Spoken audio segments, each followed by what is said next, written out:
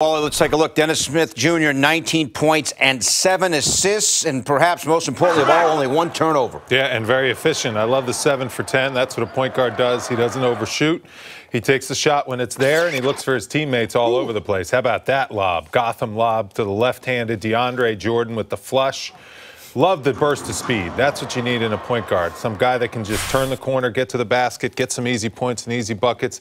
Got to work on those free throws, though. Got to make the free throws. They're coming. 3 of 8. Yeah, 3 of 8. You know, you can see they're in and out. They're a little bit in his head, but once those start to fall, you know, his game will become complete. But I just love the mental toughness that he showed. You know, he's coming to a new team. They said he doesn't even have a car. He can't get to the gym half the time. He doesn't know. It's tough navigating New York City, I'm sure, getting to the practice facility, getting to the gym. Then you're on the road. Then you're home. Then you're back on the road. So he's been in a whirlwind since the trade. But give him credit. He's been playing pretty good basketball, and tonight was a solid performance. And what I said earlier about him, I mean, when we watched him tonight, and we've been watching him of late, this is a guy, and you know, in this era of AAU point guard and that mentality where it's all head down, score first, do your thing, you know, put up as many shots as you can. We see a lot of players like that in the league. He's not playing like that right now, and I think that was also part of the problem in Dallas was that, you know, there was a lot of times where he was a high volume shooter and he was a low percentage shooter, but are you noticing that about him? I didn't feel like he forced anything in this game. No, I didn't realize he only took 4 shots in the first half. Amazing. I thought he was a little more aggressive. Now, he did get to the free throw line quite a bit, and he missed a few free throws, but it's good to see him attacking the basket, not settling for that deep, long 3, and putting the pressure on the defense. And that's what you want to do as a point guard. Get into the paint, create plays for your teammates, and I love the 1 turnover. That's big time. That means he's making good decisions, solid decisions, and that he's really playing a smart game along with, you know, overall a productive points game. Dennis Smith Jr. with 19 and 7, and Kadeem Allen with 14 and 9. Allen had another great game. And the Knicks got off Wally to a great start. They led 28-13 after the first quarter. 13 points allowed in that first quarter. That was big. And if you notice, Cornette got the start, and the Cornette lineup with him in there to start the game has been very, very effective with DeAndre Jordan. He complements him very well.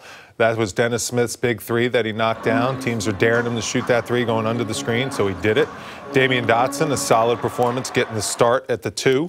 You know, he ended up with 13 points, and, you know, Damian Dotson's been playing good basketball. But I just think that first unit with... What are you noticing here? The shots are going in. Threes. No, well, that's because they were getting stops, just right? dropping off, and they were walking into threes, that's all. Yeah, they were. And, you know, that leads to easy buckets in transition. But it all starts with the defense with this team. We said it early on in the season. If this team could develop a defensive identity, that's how they're going to win basketball games. And we talked about the most important stat on the stat sheet. What is it, Bill? Holding the other team to a low field goal percentage. Defensive field goal percentage. 36% is what the Hawks shot today. That's phenomenal defense. That's making it tough to score, and that's how you win basketball games in the NBA. And the other way is to make sure the other team isn't, especially a team like the Hawks relies on a 3, that they don't get comfortable shooting threes early. 0 for 9, the Hawks started in the game shooting threes. It's a big part of their game. They score a ton of points. At late they have been, but in this game, cold from the outside, it allowed the Knicks to get that early lead. All right, at the half, the lead was down to 3, but the Knicks controlled pretty much Allen the entire second half. You know, this was one of those you were wondering, you know, how much give and take would happen after that second quarter where the Hawks did make their push, and it became a game again. That third quarter, keep an eye on it. You wanted to see, could the Knicks hang on when pressure came, and they certainly did that. Up 71-68. Cornette hits that 3 to make it 74-68. And Mitchell Robinson just keeps highlight film. Look at that. He actually dunked over his own teammate on that one. Now we go to the fourth quarter. Knicks up 9. Alonzo Trier with this pull-up, Jay. That made it a 12-point game. And you started to wonder, this is where all the texts came in from all our friends. Can the Knicks win it? Are they really going to do this? Dennis Smith Jr. knocks down a 3 there, keeps it at a 12-point game.